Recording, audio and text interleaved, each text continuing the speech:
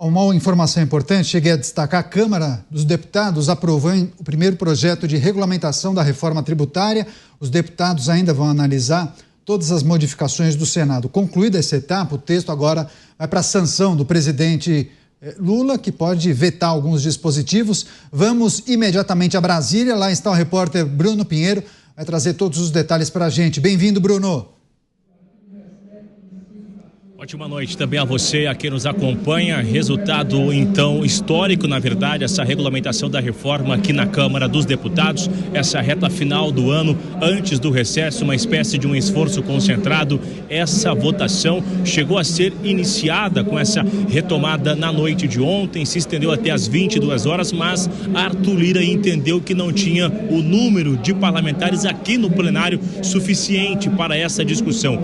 Hoje retomou essa discussão por volta das 4 da tarde e agora às 6h30, então, portanto, cerca de 20 minutos, veio esse resultado. Foi aprovado esse relatório do deputado Reginaldo Lopes. Agora, essas alterações que foram feitas lá no Senado, elas ainda estão sendo analisadas neste momento. Mas a Câmara dos Deputados acabou inserindo novamente nessa discussão refrigerantes, o que vem com açúcar. Haverá um imposto, sim, que é o imposto seletivo, o imposto do pecado, que é o entendimento por parte do governo. Se tiver esse imposto, haverá uma redução no consumo, do que afeta a saúde do contribuinte, o que seria, para quem está em casa nos entender. Então isso também foi colocado e também reduziu ali em 60% que estava sobre o saneamento. Isso também foi retirado.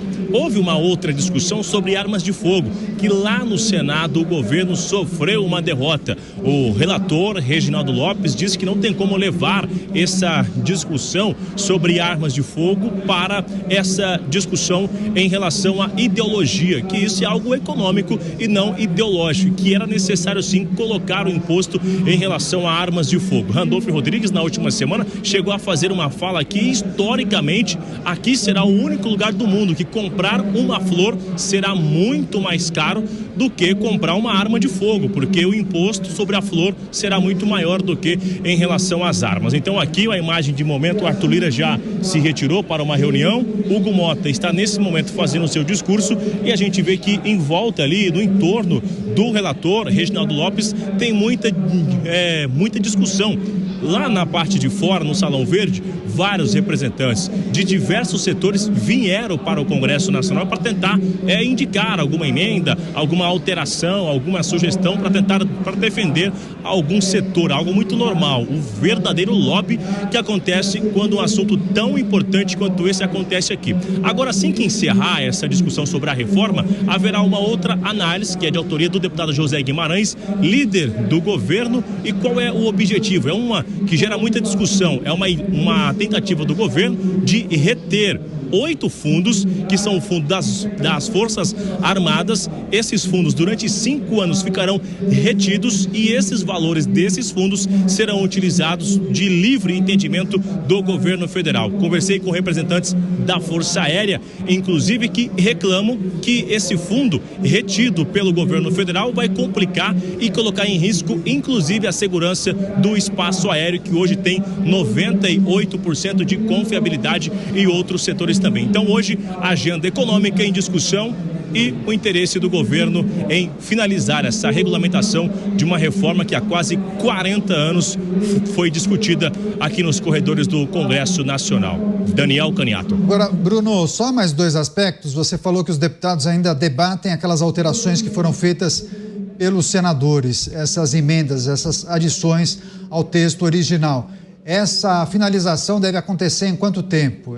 Esse debate que acontece em relação a essas alterações? Ainda hoje isso vai levar... Pois não. Sim, Caniato, diga. Não, pode concluir. Essa votação adicional deve ser concluída daqui a pouco. E tem alguma sinalização sobre a apreciação do presidente da República? Porque sempre se especula, deve vetar um trecho, já tem algum tipo de sinalização por parte do Executivo? ainda hoje essa finalização, a expectativa de ser uma noite longa, inclusive ontem, que não foi nem o final, mas encerrou às 22 horas hoje, que tem uma agenda extensa. Amanhã tem também uma sessão do Congresso marcada para logo cedo, nas primeiras horas. Então, o que se espera é que vá até depois das 11 horas da noite de hoje, essa votação sobre essa regulamentação. Aí, na sequência, será enviado então para o Palácio do Planalto e vem a sanção do presidente da República. É importante relembrar que Lula só vai retornar para a capital federal na quinta-feira. Então, somente na quinta-feira, quando ele retornar de alta aí de São Paulo, é que nós vamos ter informações de quanto tempo então será sancionado. Então, aguardar hoje essa regulamentação. Repito que ainda está muito movimentado. Nesse momento, são 458 parlamentares que registram aqui no plenário. É um número alto para uma terça-feira, início de semana, mas é importante salientar que essa é a última semana antes do recesso aqui do Congresso Nacional, últimas votações sobre o comando de Arthur Lira, e aí quando retornarem em 2025, já com uma eleição da nova mesa diretora, essa composição, inclusive com o nome de Hugo Mota, que vem ganhando favoritismo nas últimas semanas aqui na Câmara dos Deputados.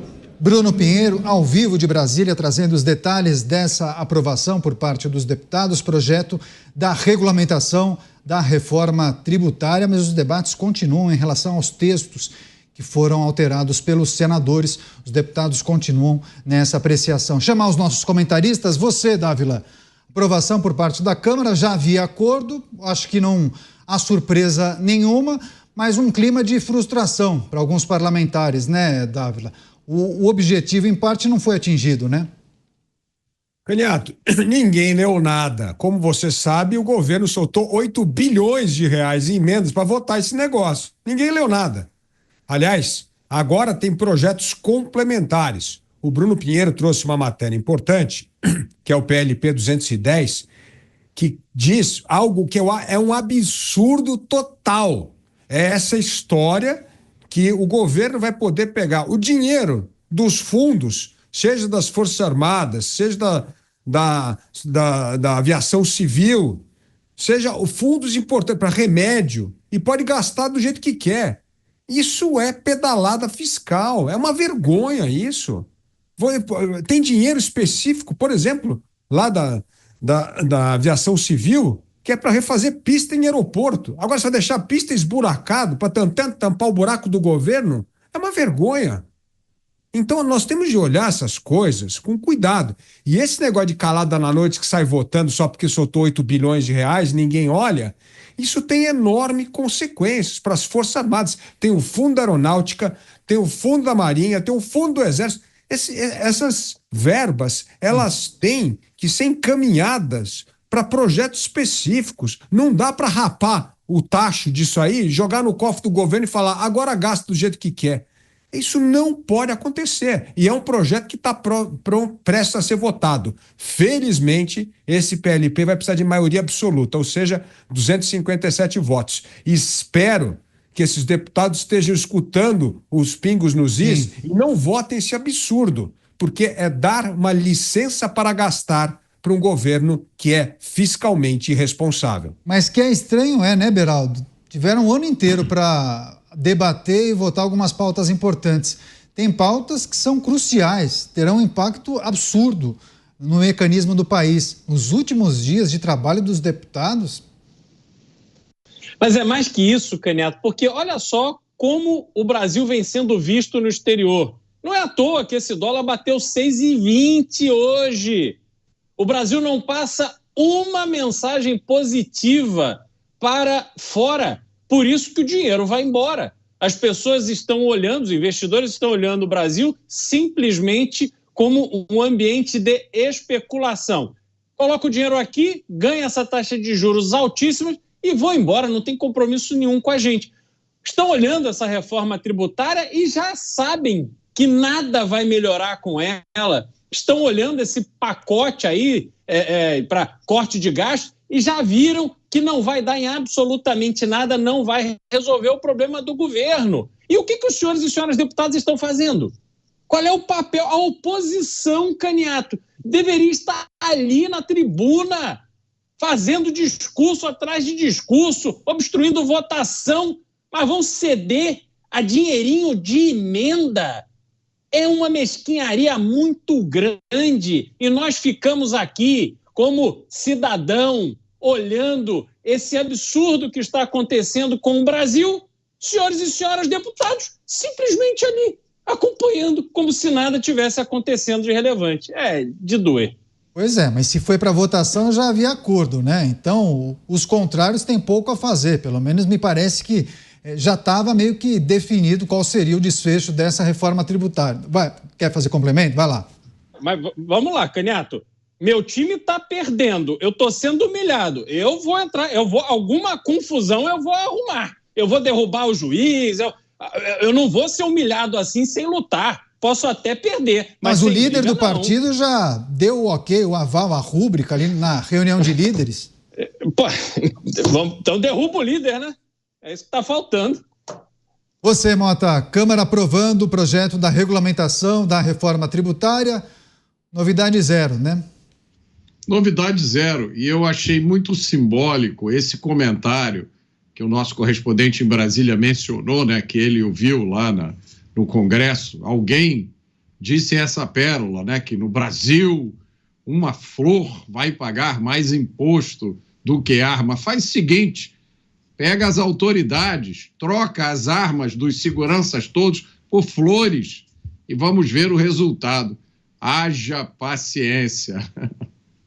Pois é, agora, Luiz Felipe Dávila, claro que a gente precisa tratar também de uma questão que envolve essa excepcionalidade que você destacou há pouco. Havia a intenção de criar esse IVA, esse dispositivo que é utilizado em muitos países para facilitar o sistema tributário, né, Dávila? Mas por qual razão houve essa distorção durante o debate? Alguns setores foram beneficiados, pagarão uma alíquota mais baixa. Outros, que não são menos importantes, vão ter que pagar uma alíquota muito mais alta. Resultado disso, o IVA muito alto, talvez, se não o mais alto, entre os 3 mais altos do mundo. Você fica com a sensação de frustração? Essa reforma não deu certo, Dávila? Não, é o que eu digo. Essa história de ter uma lista de excepcionalidade gigantesca significa que o lobby venceu e ditou essa reforma tributária.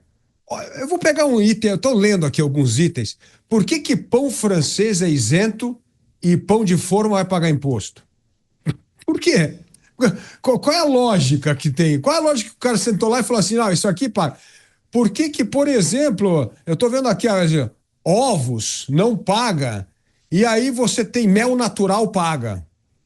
Qual é a lógica? Não tem lógica, Canhato. Isso aqui é força de lobby. Por que uma coisa vai pagar e outra não? Não tem nenhum sentido. Então, assim, mostra que no Brasil, essa turma do lobby, que eu falo que é o corporativismo privado, eles não querem um sistema tributário racional, de regras simples. O que eles querem é defender a sua capitania, o seu feudo, o seu subsídio, e quer que o outro pague a conta. Nós não temos espírito público, ninguém está pensando no Brasil, como é que a gente vai fazer para reduzir a carga tributária? Não tem isso. Então, são distorções absurdas. Por que aqui que eu estou lendo aqui, por que frutas frescas ou refrigeradas e congeladas sem açúcares e conservantes não paga? E aí, se você pegar aqui frutas de casca rija regional, paga.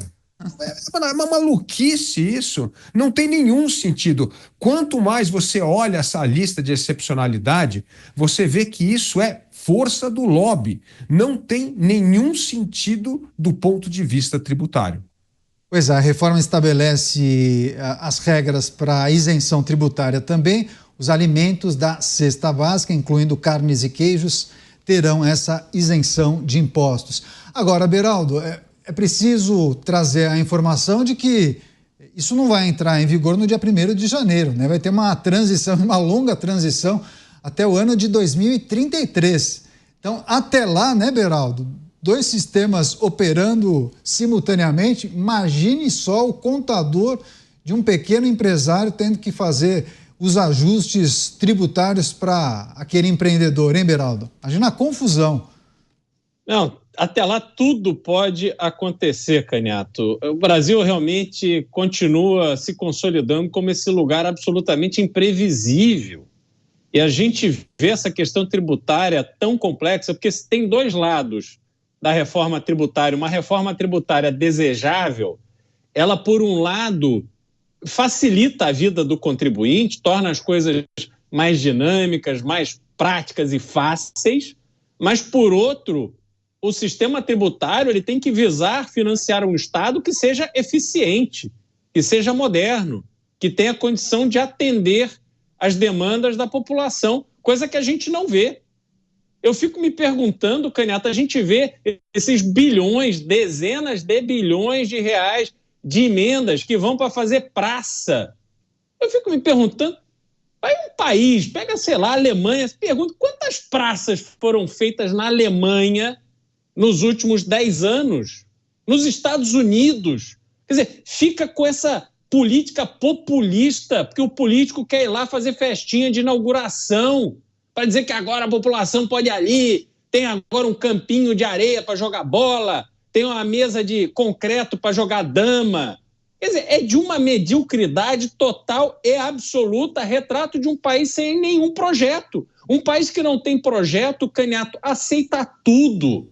Pode ter essa reforma tributária com essas centenas, milhares de exceções para agradar os amigos e vai continuar, as pessoas não vão sentir, a pessoa, né, normal, o cidadão normal, não vai sentir nenhuma diferença. A vida dele vai continuar miserável, complicada.